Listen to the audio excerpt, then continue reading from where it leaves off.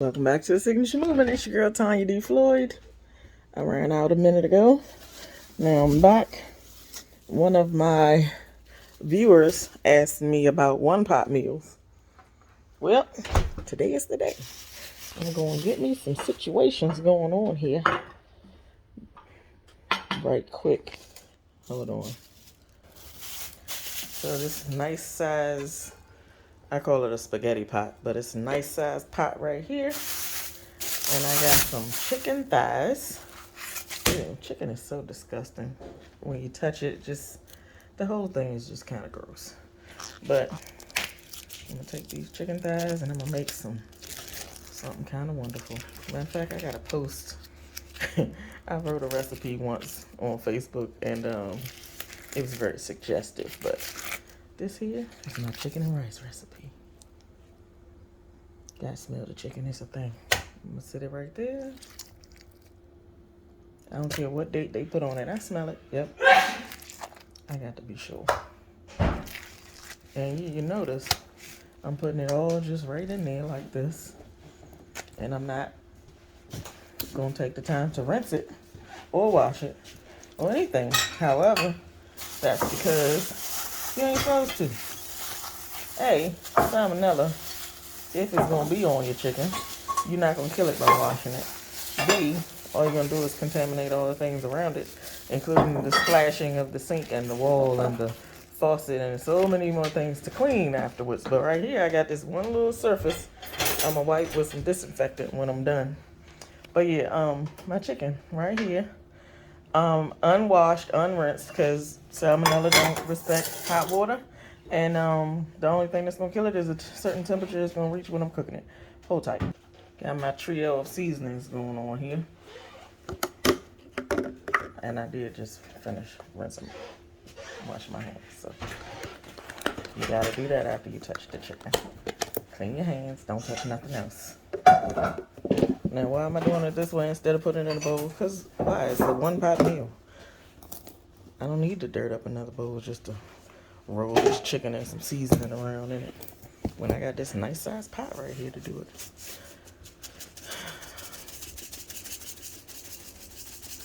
Nice little something going on. Get your chicken good and seasoned. And then you add water. Alright, so I'm going to boil this chicken on medium, low, medium, in between low and medium. And in about 30 minutes, I'll come and check it. By then, actually, I'm gonna turn it down some I'm gonna put it on 3, cause I don't want it to boil and go crazy. I want it to pull the juices out of the chicken, and the more of the chicken you put in it, the more flavor you're gonna get out. So yeah, that's why the skin is there. That's why the bones are still there.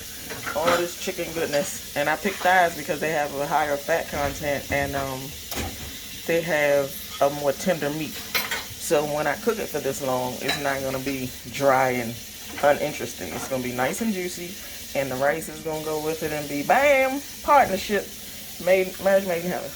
Oh, and for those of you who were talking about me, yes, I am food safety certified through 2023. Yeah, the rules about certain bacteria and all that, it's clear. You gotta have a certain temperature to kill the salmonella. You gotta cook it all the way through. Chicken gotta have an internal temperature of 165 when it's done. So that whole thing, yeah, I got it, I know. And I'm serious about this not cleaning chicken. It's not a matter of preference. I used to clean my chicken, but after I took my class, I realized I was doing more harm than good, because as you're cleaning it and it's doing the splashing, all the parts that you didn't see get splashed, and the rag that you're gonna use, turn this around. The rag that you're gonna use to clean that stuff up, it's all gonna be contaminated after that. So just forget about it. But if you are that kind that's got to clean your chicken, then go ahead and use some paper towels and some soap to clean up all that, because you can throw it away when you finish and you don't have to recontaminate everything with that dish rag. But yeah, chicken and rice coming right up, one pot. It's gonna taste so good. Actually, I've been making this since, oh my god, over 20 years. And it's another one of those things where people are like, Ooh, you gonna make your chicken and rice. Ooh, you gonna make your roast beef. Ooh, you gonna make this. I got some specialties out here, so it ain't that I don't know how to cook nothing. It's just this is what the people want. Time to check your chicken and rice. It did its 30 minutes, and it tried to, get a little steamy pressure bust pipes type situation on here, so I tilted my leg. I'ma set this over here. Notice, you can't smell that, but good Lord. Notice our chicken is looking,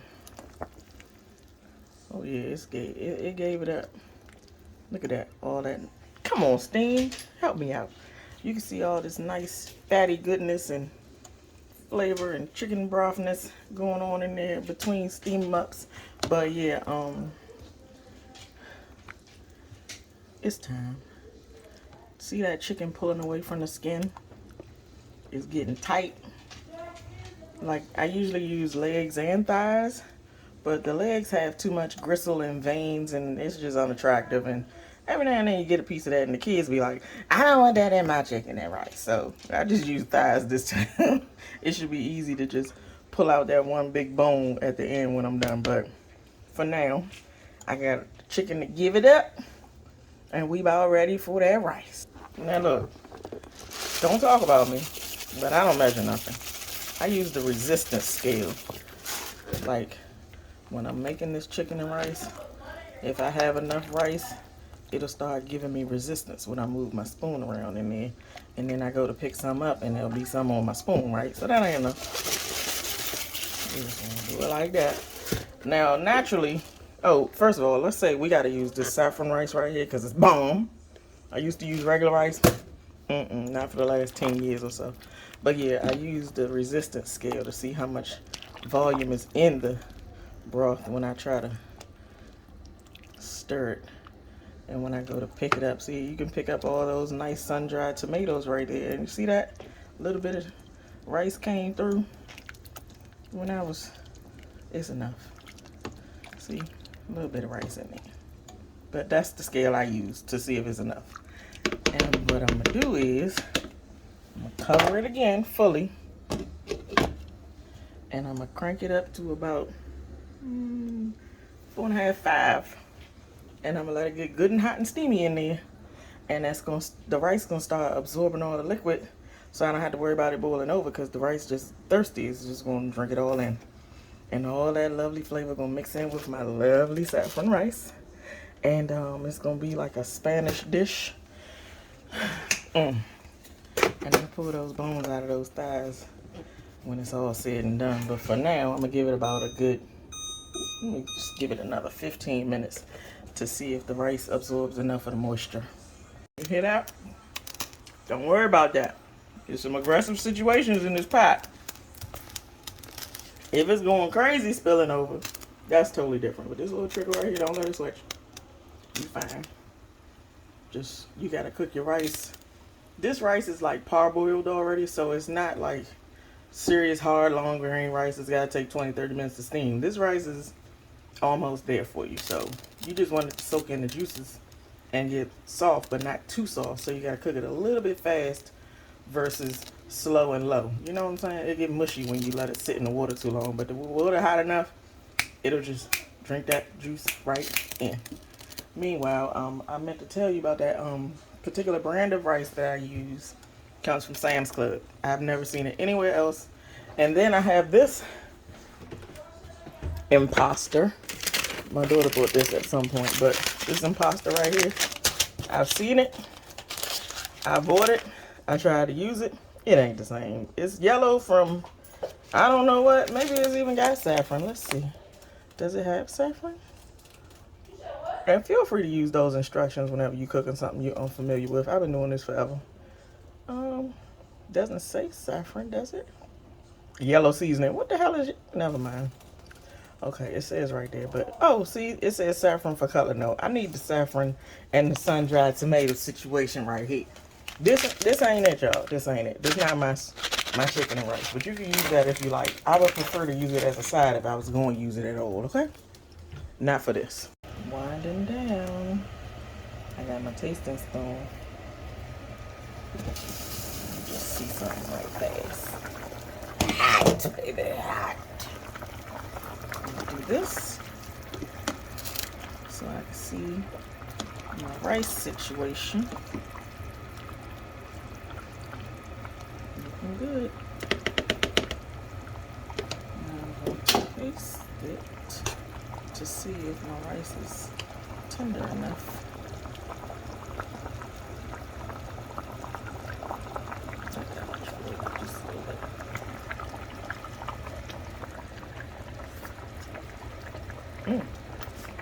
Woo. That thing nice. And I've decided over the years that this here is what you want. Now the rice is not fully cooked, but that's fine because I don't want to overcook it or make it soft. So I'm gonna turn it off right now because this is an electric range. The heat gonna stay for a while when I turn it off. But see how soupy it is? That's fine. While the rice is finishing, it's kind of al dente right now. So while it's finishing, you know, soaking in all the moisture and whatever, I'm gonna let them marinate together for the next little bit, maybe 5, 6, 7 minutes. I don't know. But it's gonna calm down. They're gonna, you know, make a little love. The rice gonna finish cooking. It's not gonna be overcooked. The chicken gonna finish soaking in there, and then I'm gonna come back in with my tongs and pull out the skin and the big bones, and then I'm gonna shred the chicken with 2 forks or the tongs. I'm gonna use the tongs, and then it's gonna be chicken and rice. Watch. All right, got my tools ready. Shift you on over here. Take my little girls out. Look, if I pick it up, it's gonna try to fall apart. But I want to do it in a controlled environment, so I'm gonna take this, sit it on this plate over here, and then I'm gonna start pulling the skin off so I can make sure I don't get no skin lost in my chicken and rice situation.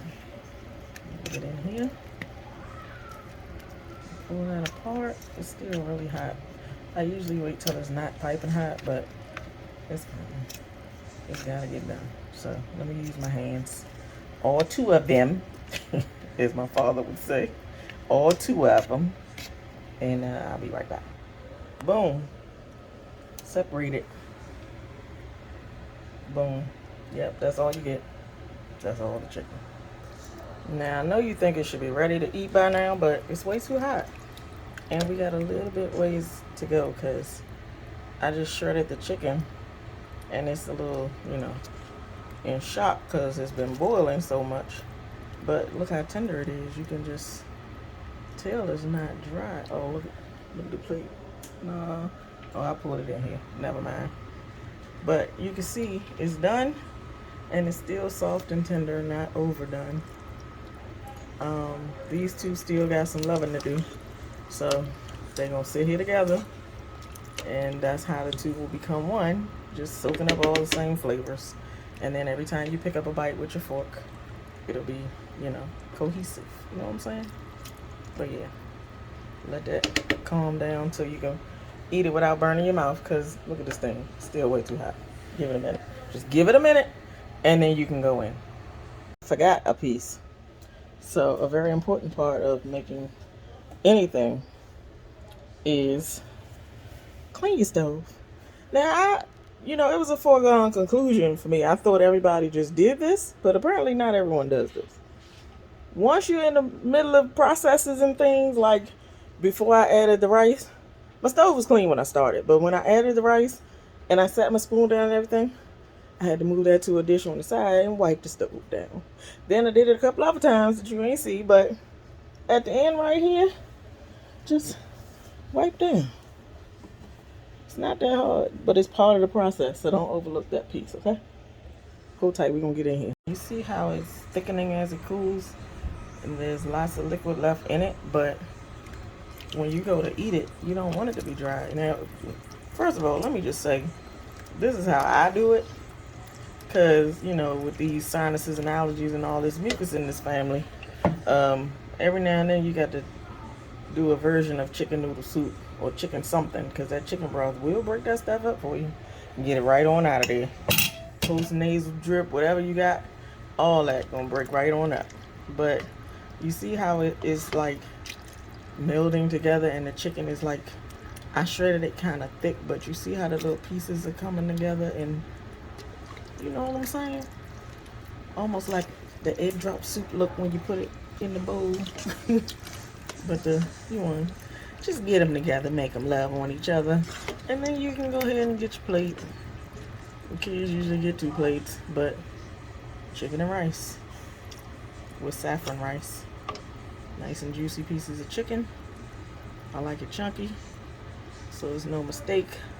See these little shreds right here? That's because that chicken good and tender is falling apart. But yeah, chicken and rice. You can make it thin like a soup. You can make it thicker and fluffier like a side dish. But this right here is good medicine for this household. And even the white dog gonna get his plate. I've dropped a piece of chicken. He was so excited. This is his favorite meal next to pork chops. Yeah, he loves pork chop day, but chicken and rice day is his second favorite. And there you have, oh wait, let me show it on the plate. Now look, if you have to serve this, like if you have to save some and reheat it another day, this right here is gonna keep it from being dry when you do that. All the nice moisture just still there. But I wanted to tell y'all something about these utensils. You see, I know it's an epidemic in the black community, usually among older people. When you got these nicely coated pans, this is a ceramic one, but usually, you know, you got the Teflon ones or the ones with the special coatings, blah, blah, blah, the non-stick ones. You these things, the pots cost too much. Don't scratch up all the pots. Don't use the metal fork in the little non-stick frying pan. Don't use the metal spoons and the tongs. I use the tongs to pick stuff up gently. Don't scrape the bottom of this pot, and I mean it. Have a good day.